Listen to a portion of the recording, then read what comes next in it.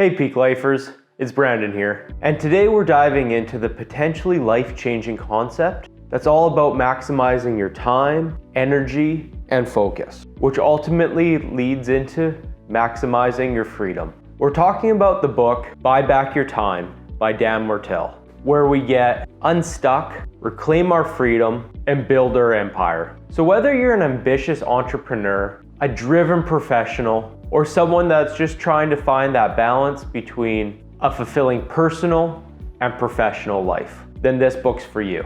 So why did I enjoy this book so much? Why is this a potential life changer? Simply put, it's because this book is all about leveraging your most precious resource, time and energy. And in it, Dan Martell lays out a blueprint, not just for business owners, but really for anyone who's been bogged down by the day-to-day grind and feeling like they're stuck and not able to get ahead. And while none of the concepts in this book are exactly new, they are packaged in a very enjoyable read and a straightforward, actionable manner. So let's start off by diving into the 5 key insights of Dan Martell's book, Buyback Your Time. Number 1 is to figure out your buyback rate, which is about understanding how much you earn an hour and then deciding the task based off that rate that can be delegated and given to someone else.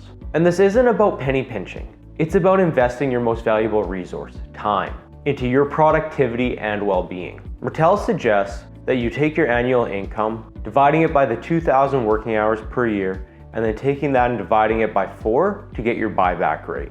And this is a great way to see what tasks you have that can be delegated and given to someone else for less than that per hour. So for example, if you make $100,000 a year, you take that and divide it by 2,000, which gives you $50 an hour.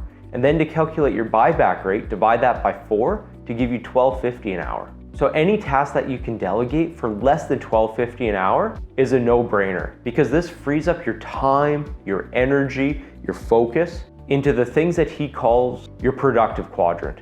And this is where you provide the most value. This is what creates impact in the world and gives you energy. So for myself in my personal life, a lot of this comes down to meal prep and grocery shopping. Instead of shopping around to the less expensive but further away stores, I'll try to streamline my time by either doing a meal prep kit like Good Foods, or simply just by eating more meat that I get right from the farm. And now, this isn't exactly a buyback rate, but I'll spend more money for convenience to free up my time. So my question to you is, ask yourself, what is your buyback rate? What are you doing that can be outsourced or delegated to someone else for less than that? Key insight number 2 is to execute the buyback loop. In life and in business, we hit this pain line where we feel like we can't stretch and grow any further because it's too painful. And we know that we're right at our threshold of capacity. So here, Martell's buyback loop is a lifeline. To execute the buyback loop, you have to start off with an audit, looking at all of your tasks. So take 2 weeks and record everything that you do and how much time it takes you. Next, what you want to do is use a highlighter and highlight every task based off how it makes you feel, what energy it gives you. Highlight it green if it brings you joy and fulfillment. Highlight it red if it drains you. And next, just like the restaurant has those dollar signs for how expensive it is, use the dollar signs 1 to 4 for how much value this is creating for your business or your life. 4 is going to be it's creating a lot of value.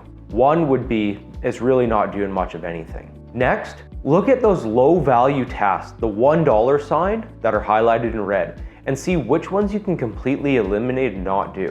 Next, see who in your organization or in your life actually enjoys those and try to delegate it to them. So this isn't just about freeing up your calendar, but it's also about creating more fulfillment and impact by having you focus more on your green $4 sign items. The third insight we have is to climb the replacement ladder. Martell outlines the replacement ladder as hiring the right people for the right position at the right time. And he talks about not hiring to grow your business, but instead you hire to buy back your own time. So he recommends every single person starts off with hiring an executive assistant to start taking over those mundane tasks. And then as you progress up this replacement ladder, you start by hiring someone to help you with operations and delivery of your product. then someone to help you with the sales and marketing. And finally, you build an executive leadership team. And at each one of these stages, you have feelings of more freedom,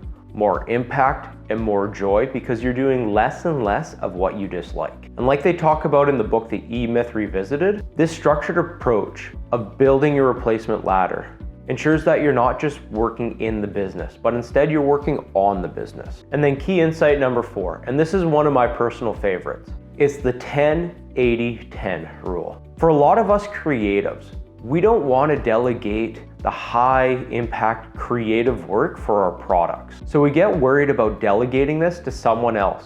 And we get fears that our quality will suffer and that our customers just won't have that same value that we used to give them. So with the 10-80-10 approach, the creatives in us get to have the key touch points of the product. And this means that we set up the project with that first initial 10%, scope it out, define the key deliverables, come up with some great concepts. And then we hand it off to someone to do the 80% of all the detailed work that, truth be told, most of us get bored with anyways. But it doesn't stop there. Then it has to come back to us creatives for that final 10%, to put the polishes on, to make sure that everything is just right. This allows us to get that flywheel in our business spinning faster and faster without us becoming the bottleneck.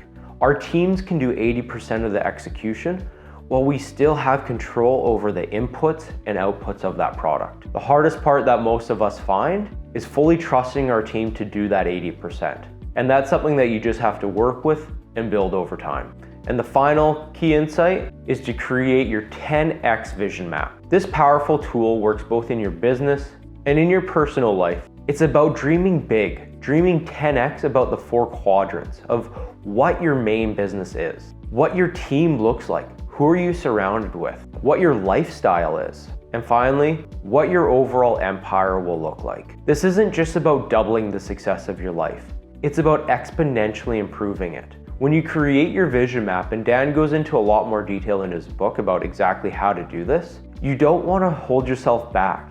You want to create this grand vision of exactly what you're going to do with your life, who you're going to become, who you're going to serve, and how that all comes together. Crafting this 10x vision forces you to think beyond the day-to-day, and instead you get to imagine what you could become, what your life might look like if anything was possible. It's about setting the stage for your monumental growth and impact in this world. So I would love to hear from you down in the comments. What does your 10x vision look like? Inspired by this book, and especially these insights, I'm taking the steps to reassess my life and where my time and energy are going. I'm looking at my buyback rate and seeing what things I can delegate, what things I can eliminate completely. And soon I'm gonna execute my first buyback loop. For me, this year, it's all about focusing what truly matters on my personal and professional life, and especially here at PeakLife where I get to share this all with you. I'm trying to find out what matters and how I can do more of what's important. One quote that really stood out to me from this book was this: "A buyback loop occurs as you continually audit your time to determine the low-value tasks that are sucking your energy. Then you transfer those tasks optimally to someone who's better at them and enjoys them. Lastly, you fill your time with higher value tasks that light you up and make you more money. And then you start that process over again." This is a reminder that a lot of people don't end up living 10 years of different experiences. They end up living the same year 10 times over and over. But the power to change that is within ourselves. We have the power over our time, our focus, and our energy.